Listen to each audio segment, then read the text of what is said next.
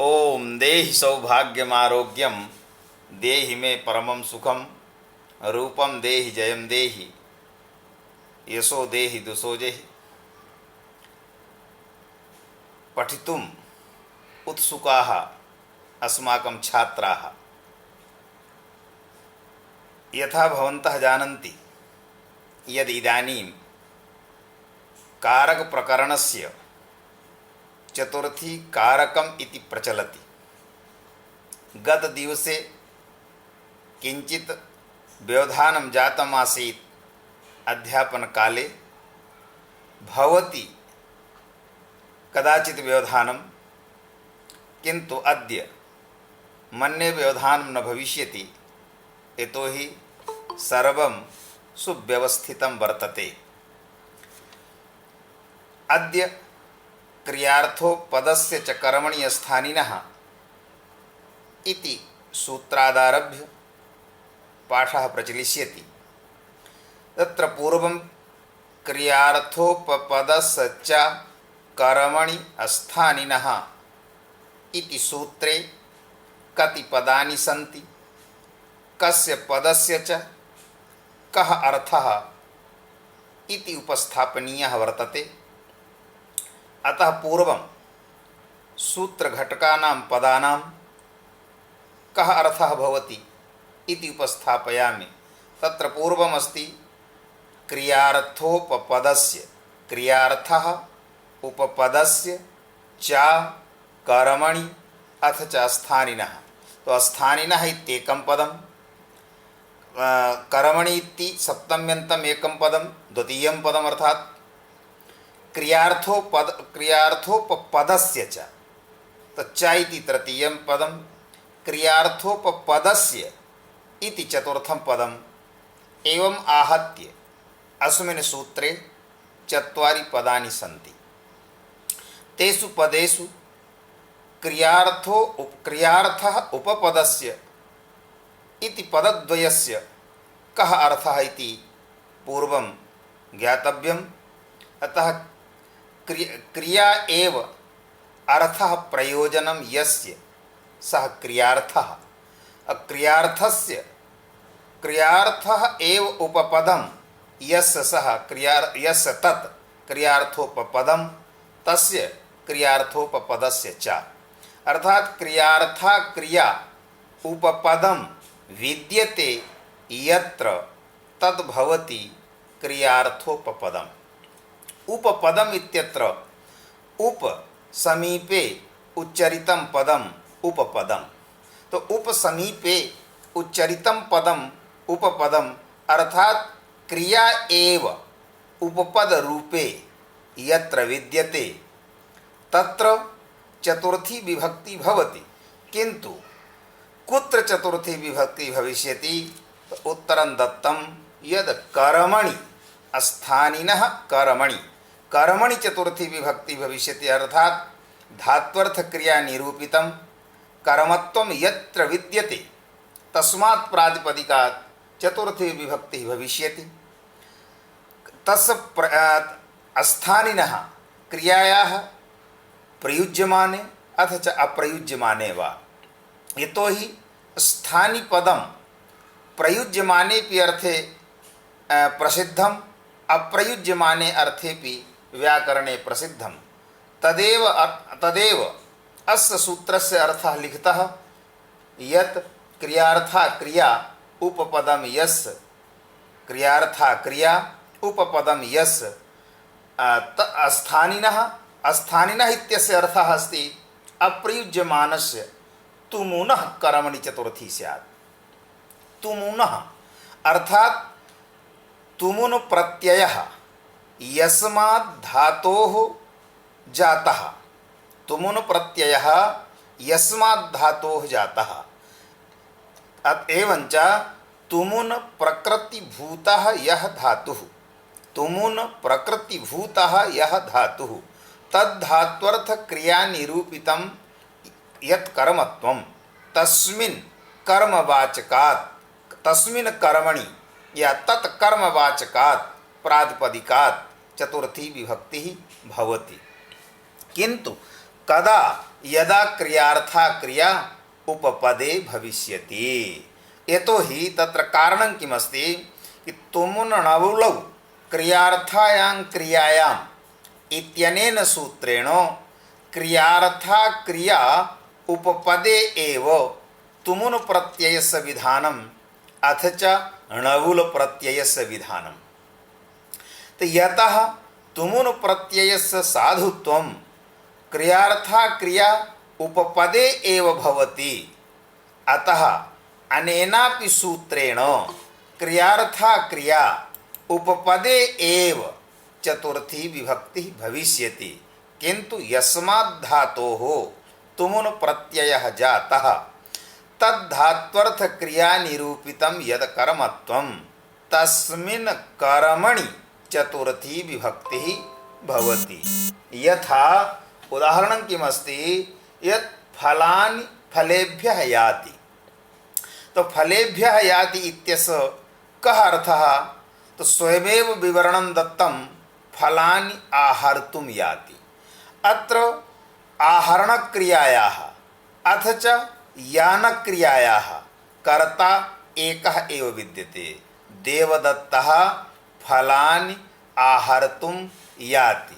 यथा अन्यद् उदाहरणं स्वीक्रियतां। देवदत्तः कृष्णं द्रष्टुं याति। अत्र क्रियार्थोपपदस्यैव उदाहरणं मया विविच्यते। चतुर्थी तो अनन्तरं कस्मात् भविष्यति इति कथयिष्यामि।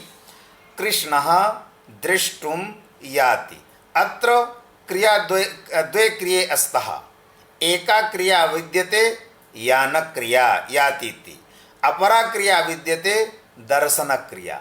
तत्र दर्शनक्रियायाः कर्ता अथ च यानक्रियायाः कर्ता एकः एव स च कर्ता अस्ति देवदत्तः। एवमेव अत्रापि देवदत्तः फलानि आहर्तुं याति इत्यस्मिन् वाक्ये द्वे क्रिये स्तः। एका क्रिया विद्यते याति इति, यानी एका क्रिया विद्यते यानक्रिया, अपरा च क्रिया विद्यते आहरणक्रिया। उभयोः क्रिययोः एकः एव कर्ता अस्मिन् वाक्ये स च कर्ता अस्ति देवदत्तः। तत्र द्वयोः क्रिययोः मध्ये भूतकाल की क्रिया विद्यते आहरणक्रिया। तत्र आंगपूर्वक या ह्री धातुः विद्यते यया आहरणक्रियायाः प्रतीतिः तस्मादेव धातोः तुमुन प्रत्यये कृते सति आहर्तुमिति भवति। यथा देवदत्तः भोक्तुं गच्छति, देवदत्तः स्नातुं गच्छति, देवदत्तः पठितुं गच्छति, देवदत्तः कार्यं कर्तुं गच्छति इत्यादि बहवः प्रयोगाः भवन्ति।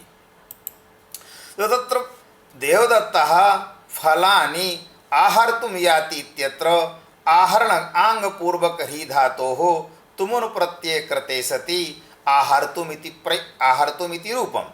तत्र आहरणक्रिया भूतकाल की क्रिया, यान क्रिया वर्तमान काल की क्रिया। तो या भूतकाल की क्रिया भवति तस्मादेव तुमुन प्रत्ययः, अतः आंग उपसर्गक ह्री धातोः तुमुन प्रत्यये कृते सति आहर्तुम्। तत्र तुमुन प्रत्ययस्य या प्रकृतिः आंग पूर्वक ह्री धातुः तद्धात्वर्थ क्रिया निरूपितं कर्मत्वं कुत्र विद्यते? फलेषु विद्यते अथवा एवं कथ्यतां फले विद्यते।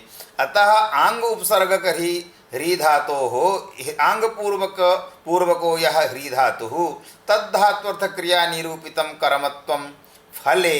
अतः कर्मवाचकात् कर्मवाचकं प्रातिपदिकं फलीति पदं तस्मात् प्रातिपदिकात् चतुर्थी विभक्तिः अतः फलेभ्यः याति। किंतु कदा? यदा तुमुनन्तस्य प्रयोगः न भविष्यति चेत्। तुमुनन्तस्य प्रयोगः न भविष्यति। यदि आहर्तुमिति शब्दस्य प्रयोगः क्रियते चेत् तदा द्वितीया एव भविष्यति, तदा चतुर्थी न संभवति।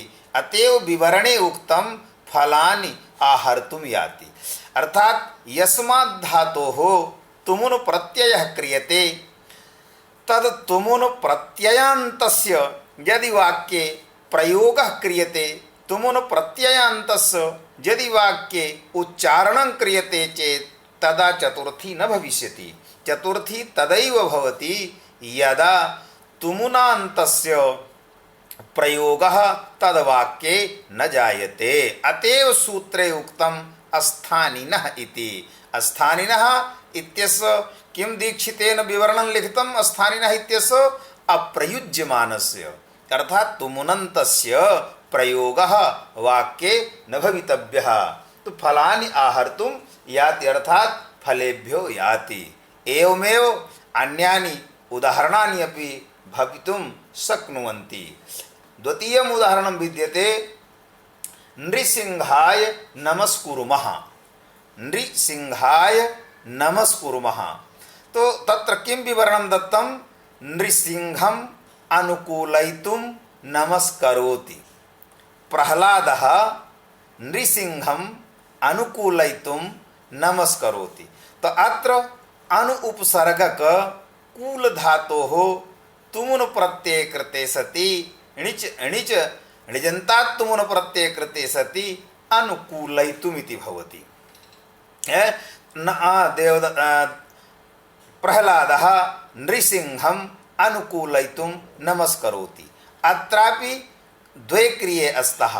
एका क्रिया विद्यते नमस्कार क्रिया, नमस्कार रूपा क्रिया एका विद्यते। द्वितीया च क्रिया विद्यते अनुकूल रूपा क्रिया, अर्थात स्वपक्षे करणाय स्वपक्षे स्यात्, स्वपक्षे सहयोगः स्यात्। अतः द्वितीया क्रिया अनुकूलयितुमिति अनुकूल रूपा क्रिया। तो अनुपसर्गक कूल धातोः यः तुमुन् प्रत्ययः तत्तुमुन् प्रत्यये कृते सति अनुकूलयितुमिति भवति। तो तुमुन् प्रत्ययस्य प्रकृतिभूतः धातुः अनु उपसर्गक कूल इति तद्धात्वर्थ क्रिया निरूपितं कर्मत्वं कुत्र विद्यते? नृसिंह पदार्थे। अतः नृसिंहः नृसिंह पदस्य कर्म संज्ञा जाता। तस्मिन् कर्मणि अनेन सूत्रेण चतुर्थी अभवत। तः नृसिंहाय नमस्कुर्मः।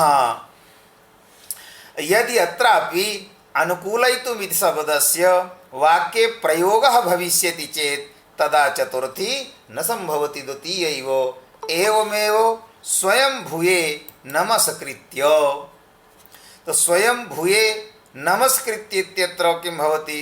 स्वयं भुवम् अनुकूलयितुं नमस्करोति। तो स्वयं भुवम् अनुकूलयितुं नमस्करोति इत्यत्र देवदत्तः स्वयं भुवम् अनुकूलयितुं नमस्करोति।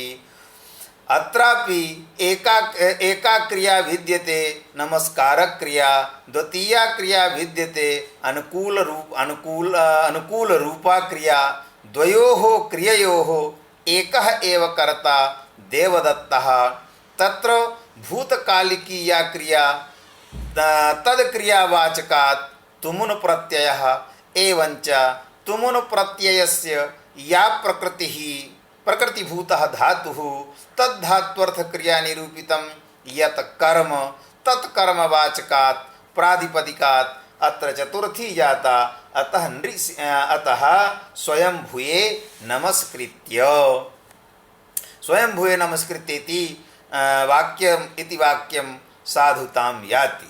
अत्रापि यदि अनुकूलयितुमिति तुमुनन्तस्य प्रयोगः क्रियते चेद वाक्ये तदा द्वितीया एव भविष्यति, न तु चतुर्थी भविष्यति।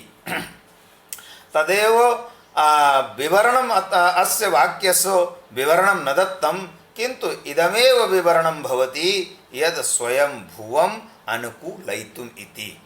अत्र स्वयंभुव शब्दः ब्रह्मवाचकः, ब्रह्मणः वाचकः स्वयंभुव शब्दः।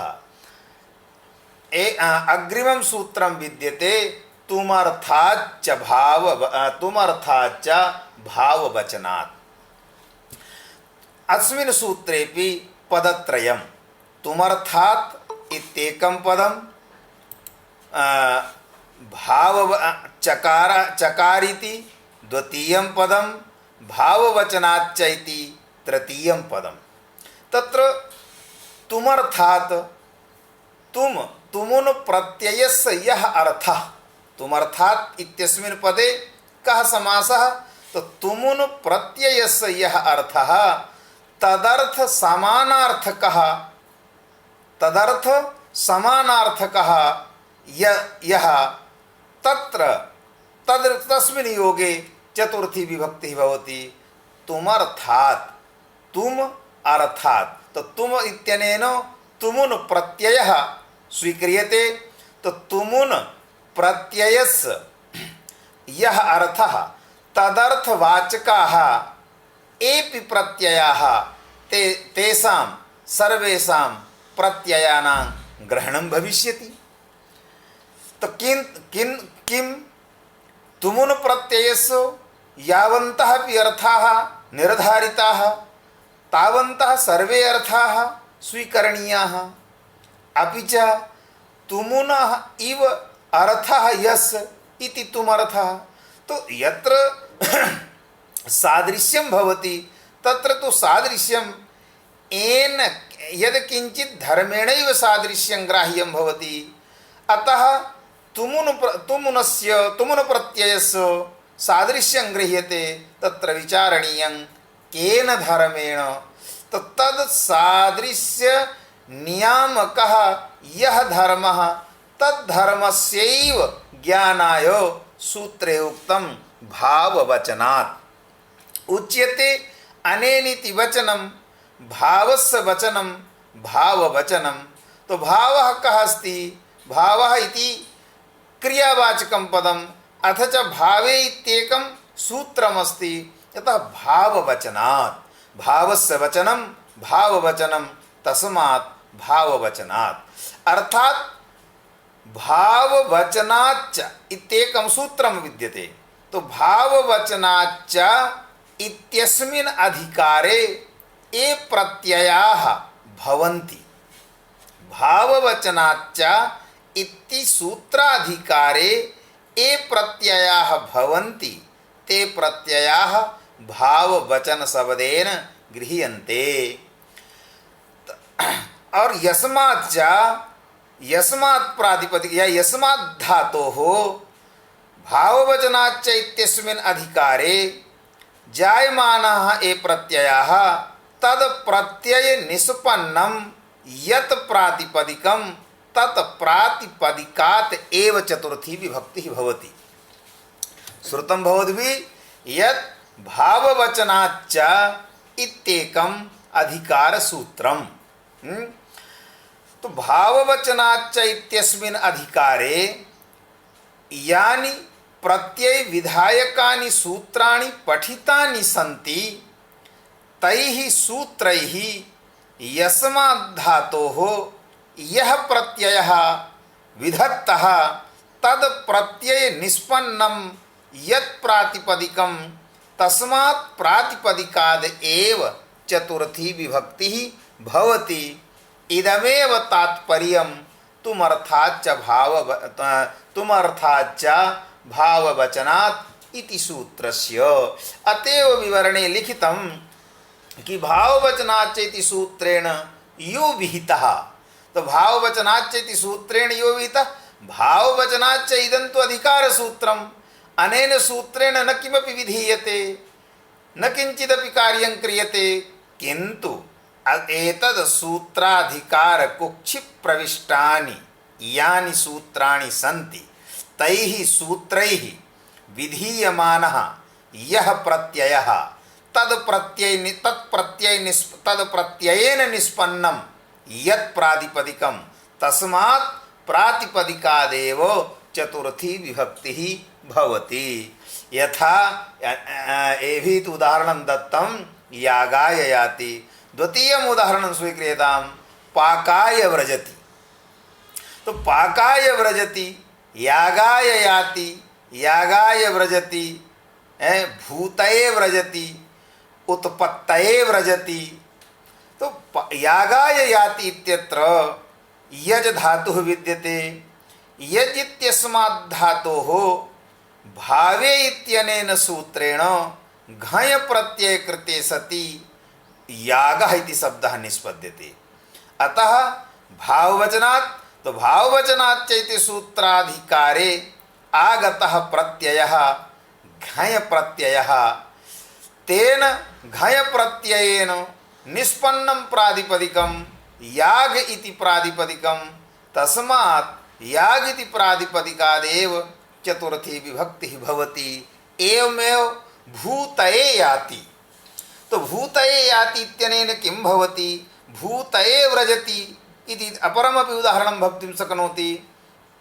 तो भूतये याति इत्यत्र किं भवति? तत्र अक्तिन प्रत्ययः, तो अक्तिन प्रत्ययः भावे विद्यते। अतः